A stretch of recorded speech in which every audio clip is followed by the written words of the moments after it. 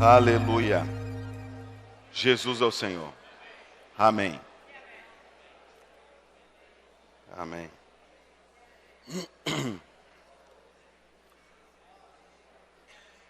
Bom, a minha porção ficou com a conferência de jovens,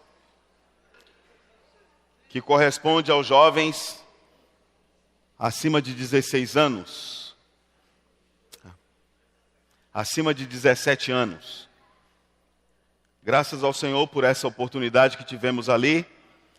E a exemplo do Eliseu, eu vou pedir para passar o vídeo de abertura da conferência de jovens, porque muito provavelmente eu não vou conseguir falar tudo, então vocês tomem o vídeo como uma referência significativa da porção que compreende a conferência de jovens. Amém.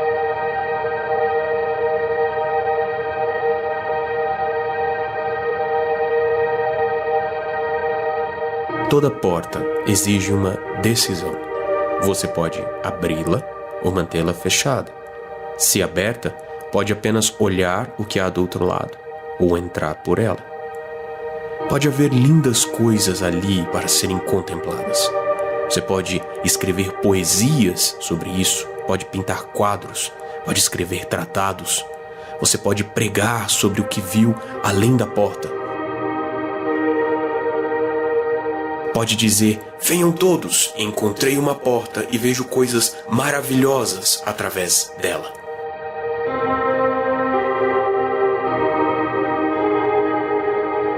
E depois de uma vida inteira olhando para as paisagens e belezas que estão do outro lado, você pode nunca cruzar para o outro lado.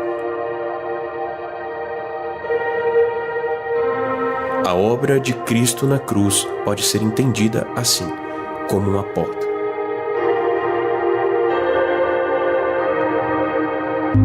Na cruz, Jesus carregou nossos pecados por sua morte. Se fez pecado por nós, inocente pagou como culpado. O mal foi vencido ali, mas Jesus ressuscitou, imputando sobre nós sua justiça para que vivêssemos por sua vida. A cruz não é só o fim da culpa do pecado, o fim do reinado da carne sobre nós. É a porta de entrada aberta, o início para uma nova forma de viver, justos, santos, para o louvor da glória de Deus. O poder da cruz não consiste em sinais miraculosos que enchem os olhos, muito menos em sabedorias vazias que encantam o raciocínio. A cruz é poder de Deus para a salvação de todo o que crê. Ela é vida. É impossível ficar indiferente ao Cristo crucificado e ao seu poder. Você pode negá-lo. Pode se postar como um espectador diante dele, como quem vê um espetáculo apenas.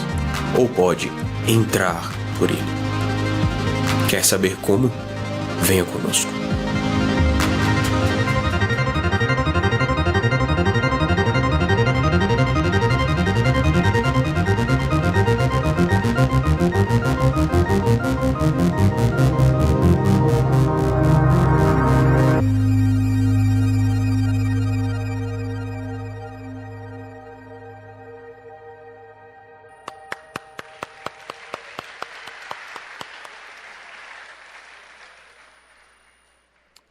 Aleluia por essa porta maravilhosa.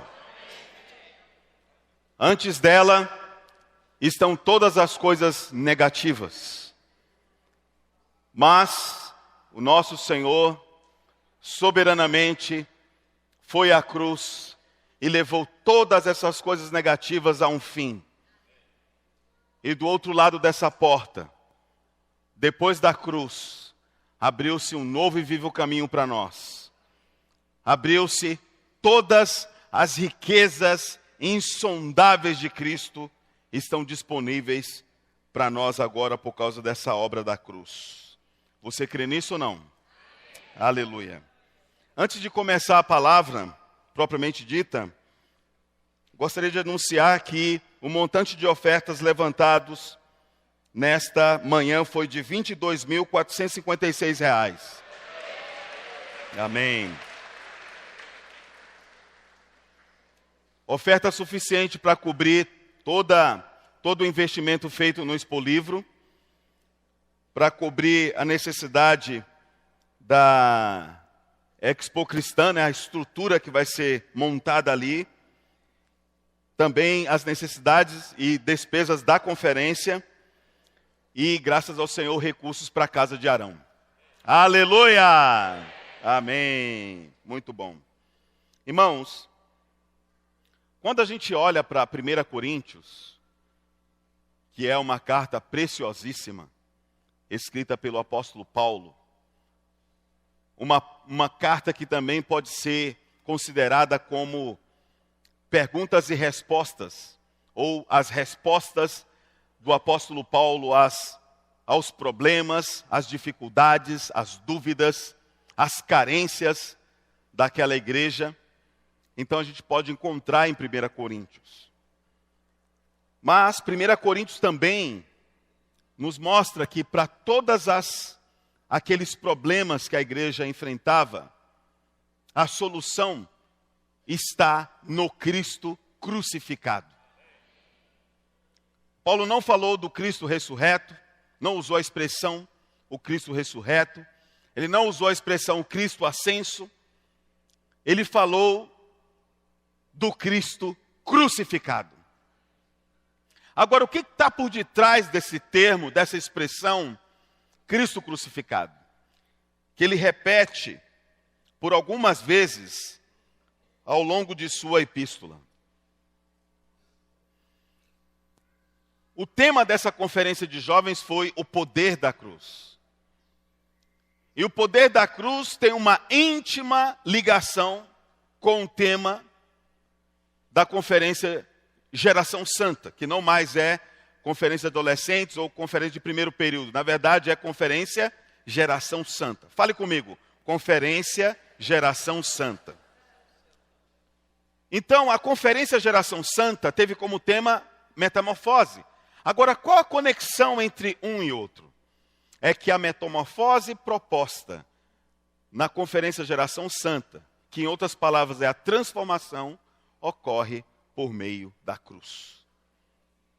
Essa lagarta que está ali envolvida por um casulo, que espiritualmente corresponde à vida da igreja, oferece todas as condições para que de lagartas asquerosas, nós, nesse ambiente maravilhoso que é a vida da igreja, sejamos transformados em lindas borboletas, úteis em plenitude para o cumprimento da vontade de Deus. E ali, preocupados em transmitir esse encargo para os jovens, acerca do poder da cruz, o poder que transforma, os irmãos então ministraram 6 mensagens, cujos temas foram: a primeira mensagem foi decidir nada saber. Isso corresponde à primeira parte do versículo 2 do capítulo 2 de 1 Coríntios. A segunda mensagem foi Jesus Cristo e este crucificado, que corresponde à segunda parte do versículo 2 do capítulo 2 de 1 Coríntios. A mensagem 3 foi Cristo crucificado, escândalo e loucura, que foi baseado em 1 Coríntios capítulo 1, versículo 23. A mensagem 4 foi a loucura da pregação, que foi baseado em 1 Coríntios capítulo 1, a segunda parte do versículo 21. A quinta mensagem, Cristo, poder de Deus e sabedoria de Deus, que está em 1 Coríntios capítulo 1, versículo 24. E por fim, a mensagem 6, nós, porém, temos a mente de Cristo, que está em 1 Coríntios capítulo 2, a parte final do versículo 16. Então vejam, pequenas porções de versículos, mas com uma profundidade tremenda. Mensagens sólidas, mensagens desafiadoras, mensagens que certamente inspiraram os nossos jovens a não ficar mais na defensiva, mas partir para a guerra, como soldados de Cristo, como exército de Deus. Então a cruz, ela é para formar o exército de Deus.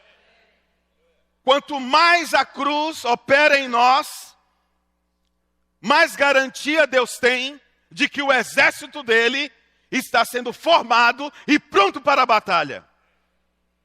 Então esse é o desejo de Deus para todas as igrejas que estão debaixo desse ministério. Por um lado, essas palavras foram direcionadas para os jovens. Mas por outro lado, essas palavras também foram direcionadas a cada um de nós, às igrejas de toda a terra. Por quê? Vejam, Deus nunca entra em contradição. O apóstolo João, inspirado pelo Espírito Santo, foi orientado pelo Espírito a escrever as 7 igrejas: Éfeso, Esmirna, Pérgamo, Tiatira, Sardes, Filadélfia e Laodiceia. O início da carta começa dizendo uma palavra específica para cada uma dessas igrejas. Mas no final daquela carta, ou de cada carta, há a expressão: quem tem ouvidos, ouça o que o Espírito diz às igrejas. Então, de um lado, a palavra foi para os jovens, mas quem tem ouvidos, ouça o que o Espírito diz às igrejas. Então o Espírito quer falar para nós. O Espírito quer nos dar um comando. E eu espero que você e eu sejamos obedientes em seguir esse comando, em acolher esse comando, em praticar essa ordem de Deus que vem do cabeça, que é Cristo. Quando a gente lê 1 Coríntios, o apóstolo Paulo resume a humanidade em 2 polos: judeus e gregos. O que é a humanidade? A humanidade é composta de judeus e gregos. O que inclui os judeus? Todos aqueles religiosos que, de uma forma consciente ou inconsciente, são tementes a Deus, mas não têm clareza de como cumprir a vontade de Deus. Tateiam, mas não conseguem tanger a realidade do Deus vivo. Que são os gregos? São todos aqueles que, a parte de Deus, tentam de alguma forma superar suas dificuldades, superar suas mazelas. Mesmo os gregos, depois do surgimento da filosofia socrática, passaram a refletir acerca do sentido da vida humana. Passaram a refletir acerca da moral, da ética. Mas todo aquele conhecimento, toda aquela sabedoria, até hoje, é insuficiente para vencer pecados. Ainda o homem é golpeado pelos seus pecados. Tendo temor ou não a Deus, em todos eles, judeus ou gregos, há uma consciência que julga cada um deles. Julga defendendo quando estão certos e os acusando quando estão errados. E não precisa ser crente para perceber isso. Então, quando o apóstolo Paulo chega àquela cidade grega, Coríntio, encontra essas 2 classes de pessoas, ele deve ter considerado: vou lançar mão de palavras persuasivas para tentar convencer os gregos? será que eu vou ter que lançar mão de sinais poderosos para constranger os judeus? O que vou fazer?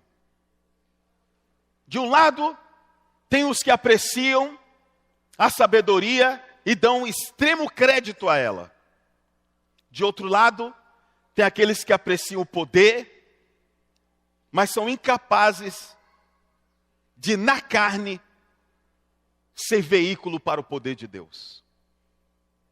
E diante dessa dualidade, o apóstolo Paulo, inspirado pelo Espírito Santo, diz, 1 Coríntios capítulo 1, versículo 21. Amém? Capítulo 1, versículo 21. Aleluia? Vamos ler juntos? Visto como na sabedoria de Deus, o mundo não o conheceu por sua própria sabedoria. Aprove a Deus salvar os que creem pela loucura da pregação. Paulo foi louco e escolheu a loucura da pregação como meio para salvar aqueles perdidos em suas muitas sabedorias e aqueles perdidos no poder.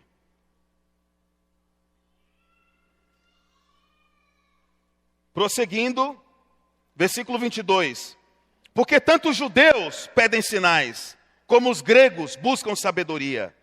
Mas nós pregamos a Cristo crucificado. Escândalo para os judeus, loucura para os gentios. Mas, para os que foram chamados, tanto judeus como gregos, pregamos a Cristo, poder de Deus, sabedoria de Deus.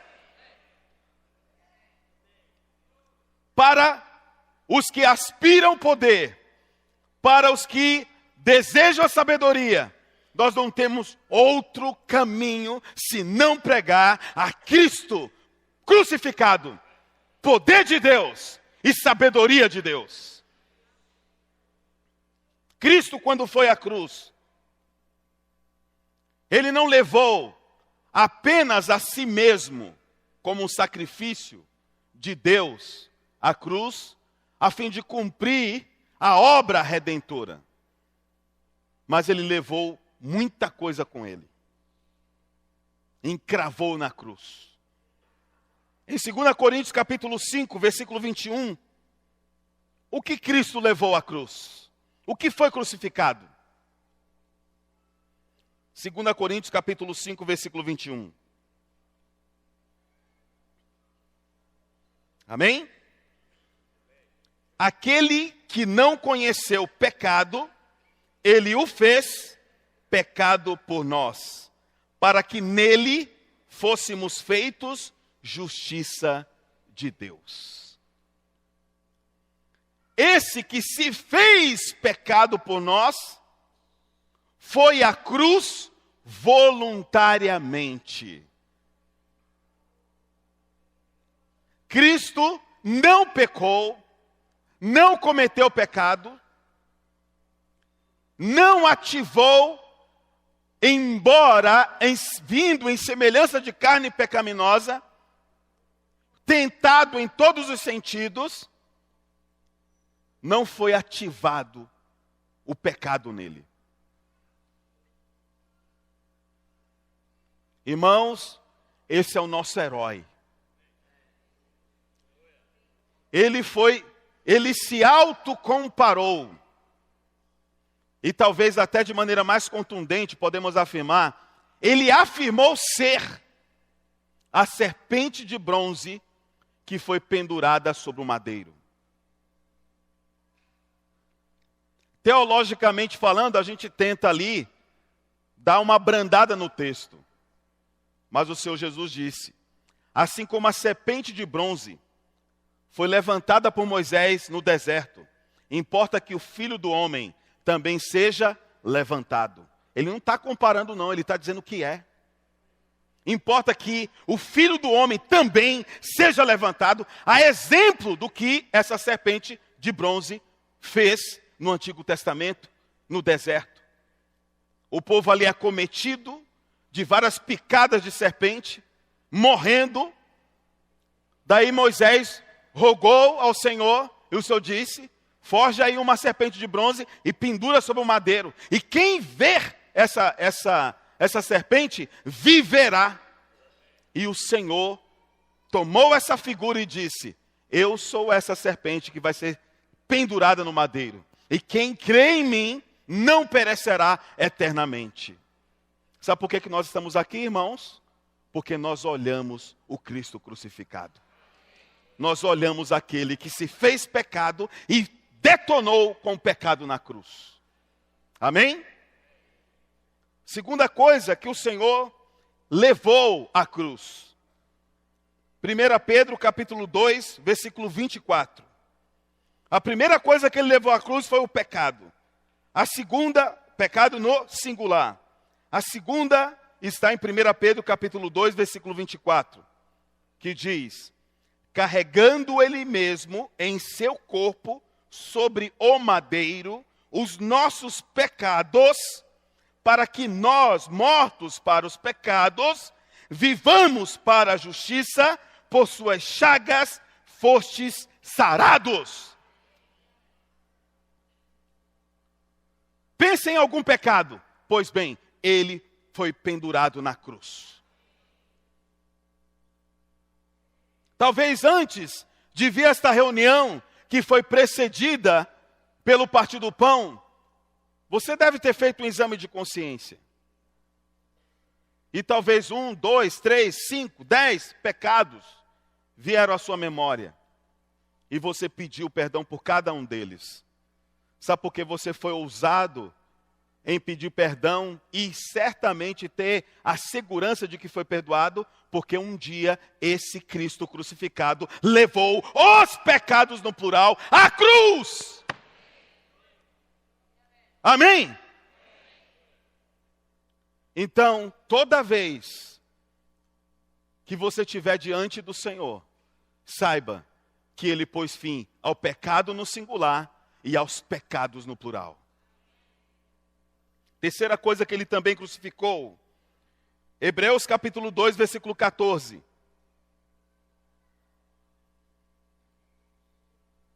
Hebreus capítulo 2, versículo 14. Visto, pois, que os filhos têm participação comum de carne e sangue, destes também ele igualmente participou, para que por sua morte destruísse. Vamos falar junto? Destruísse aquele que tem o poder da morte, a saber, o diabo.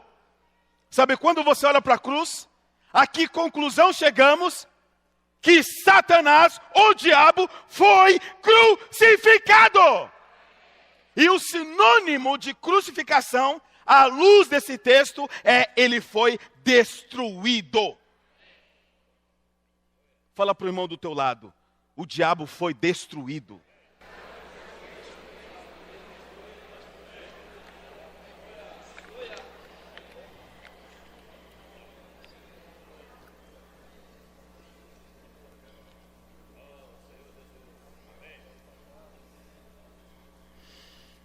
Quarta coisa que a cruz pôs fim. Gálatas capítulo 6, versículo 14. Gálatas capítulo 6, versículo 14. Diz assim: mas longe esteja de mim gloriar-me, senão na cruz de nosso Senhor Jesus Cristo, pelo qual o mundo está para mim, e eu para o mundo. Nossos jovens, nossos adolescentes, são constantemente bombardeados pelo mundo. Mas sabe o que a gente precisa fazer? sentar com eles e dizer: o mundo está crucificado. E se você é adulto, ainda tem qualquer esperança nesse mundo, saiba que o mundo também foi crucificado para você. E você e eu para o mundo. Nós somos imprestáveis, irmãos. Nem para o mundo a gente serve mais para fazer parte dele. Às vezes até nos expulsam do mundo. Das suas festas, já não tem mais convite. Para as piadinhas sem graça, já não tem mais sentido se aproximar de nós. Sabe por quê? A gente até quer se socializar, né? Rir e tal. Mas ele sabe que isso aí não tem mais nada conosco. Porque o mundo está crucificado. E nós para o mundo. Aleluia. Você acha que tem mais coisa para ser crucificado? Vamos ver mais coisa. Quinta coisa. A velha criação. Acabei falando. Eu queria que vocês falassem. Colossenses 1:20. Aleluia. Colossenses 1:20 diz: e que, havendo feito a paz pelo sangue da sua cruz, por meio dele reconciliasse consigo mesmo todas as coisas, quer sobre a terra, quer nos céus.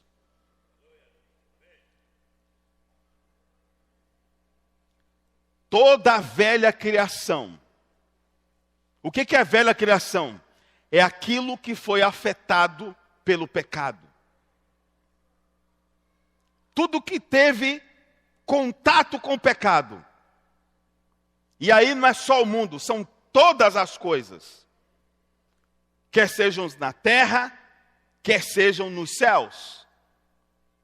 Foi crucificado. A isso chamamos de a velha criação. Não é à toa que quando você olha para essas cadeiras que estão aqui à frente e compara com as cadeiras que estão aqui, você antes pensava: poxa, isso aqui é o top dos top das cadeiras, né? Na época. Mas agora ficaram velhas. E essas daqui a um tempo também ficarão velhas. Porque tudo tende a desaparecer, a se deteriorar. Por isso, amados irmãos, a cruz é para mostrar que para a velha criação não há esperança. Mas foi por causa da cruz sobre a velha criação que veio então a nova criação, da qual eu e você fazemos parte. Amém? A sexta coisa que foi crucificado, Romanos 6,6. Vamos ver se vocês vão descobrir. Romanos capítulo 6, versículo 6. Aleluia. Sabendo isto, que foi crucificado com ele, o nosso, não ouvi direito, o nosso, para que o corpo do pecado seja destruído e não sirvamos o pecado como escravos. O nosso velho homem foi crucificado. Não confie nele. Ele já é um objeto da cruz. Amém? O que mais que a cruz operou? Efésios capítulo 2, versículo 15.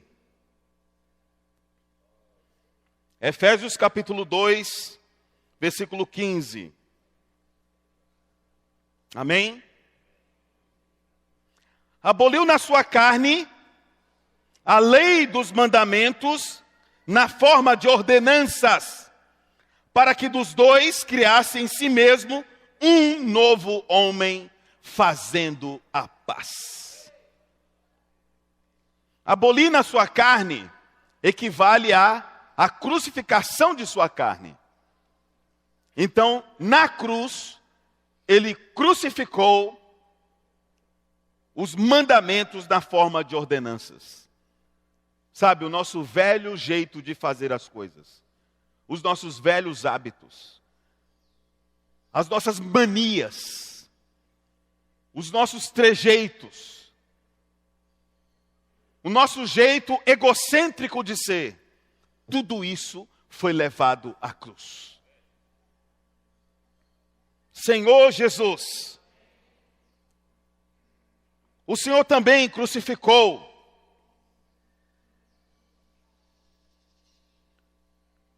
em Gálatas capítulo 2, versículo 20. Gálatas capítulo 2, versículo 20. Vamos ler juntos? Logo, já não sou eu quem vive, mas Cristo vive em mim.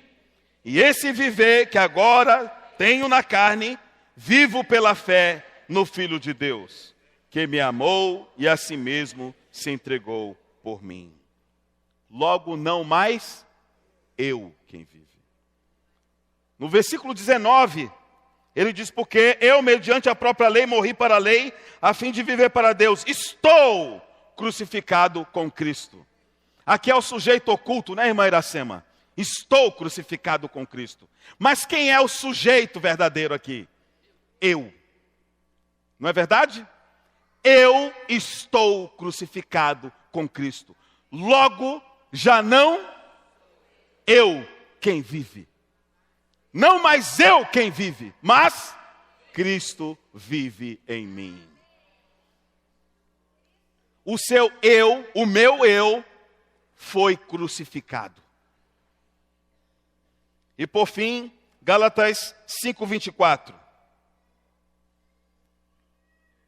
Senhor Jesus. Gálatas 5:24 diz, e os que são de Cristo Jesus crucificaram a carne com as suas paixões e concupiscências. O que mais foi a cruz? A carne. Quais foram as coisas que foram crucificadas? Quem poderia me responder agora?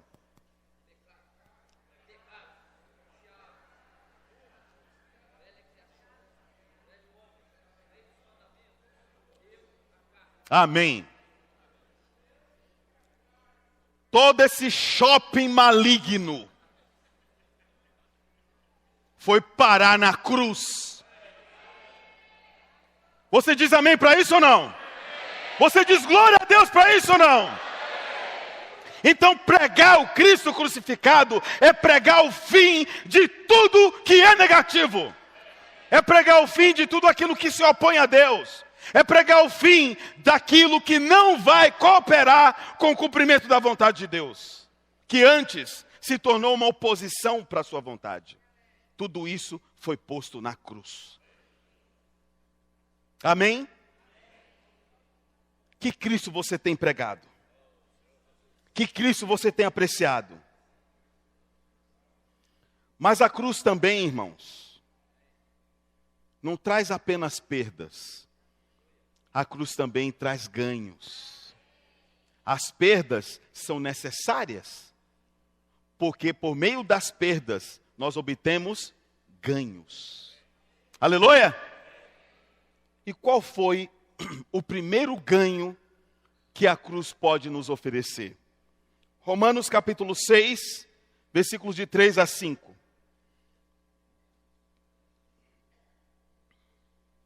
Aleluia. Romanos capítulo 6, versículos de 3 a 5. Ou porventura ignorais que todos nós que fomos batizados em Cristo Jesus, fomos batizados na sua morte? Fomos, pois, sepultados com ele na morte pelo batismo, para que, como Cristo foi ressuscitado dentre os mortos pela glória do Pai, assim também andemos nós em novidade de vida.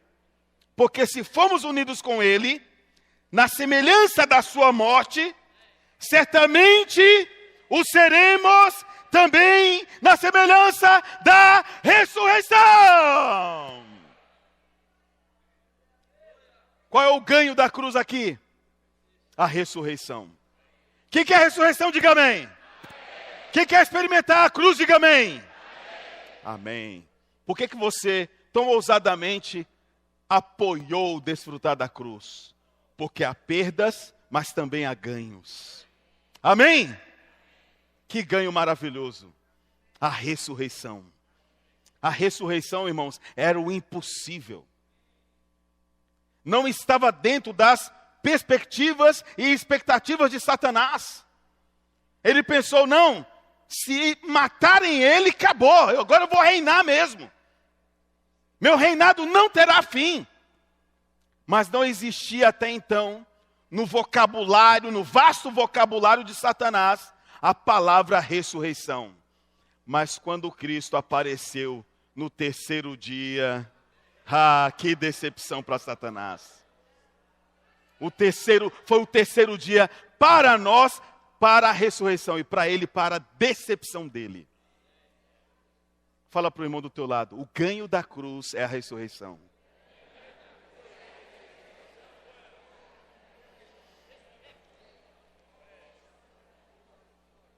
Segundo ganho da cruz, 1 Coríntios capítulo 15.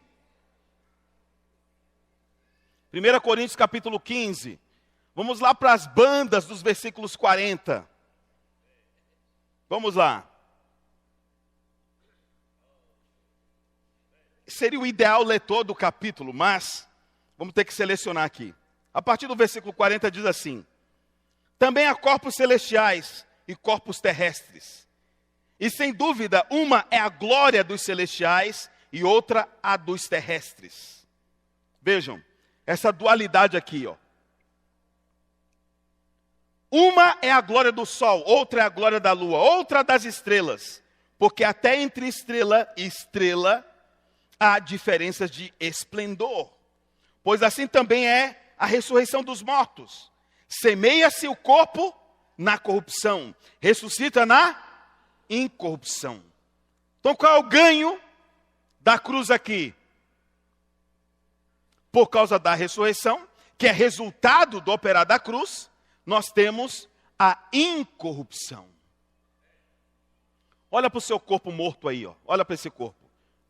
Diga assim para ele: você um dia será incorruptível.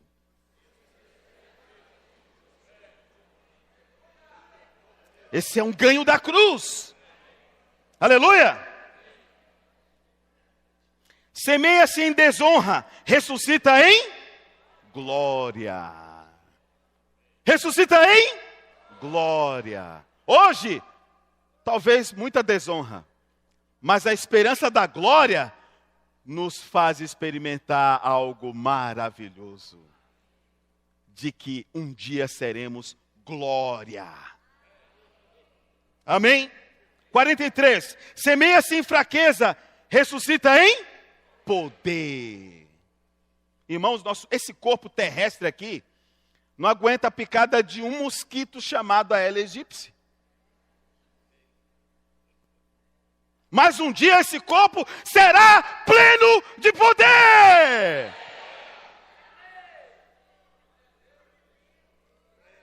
Glória a Deus.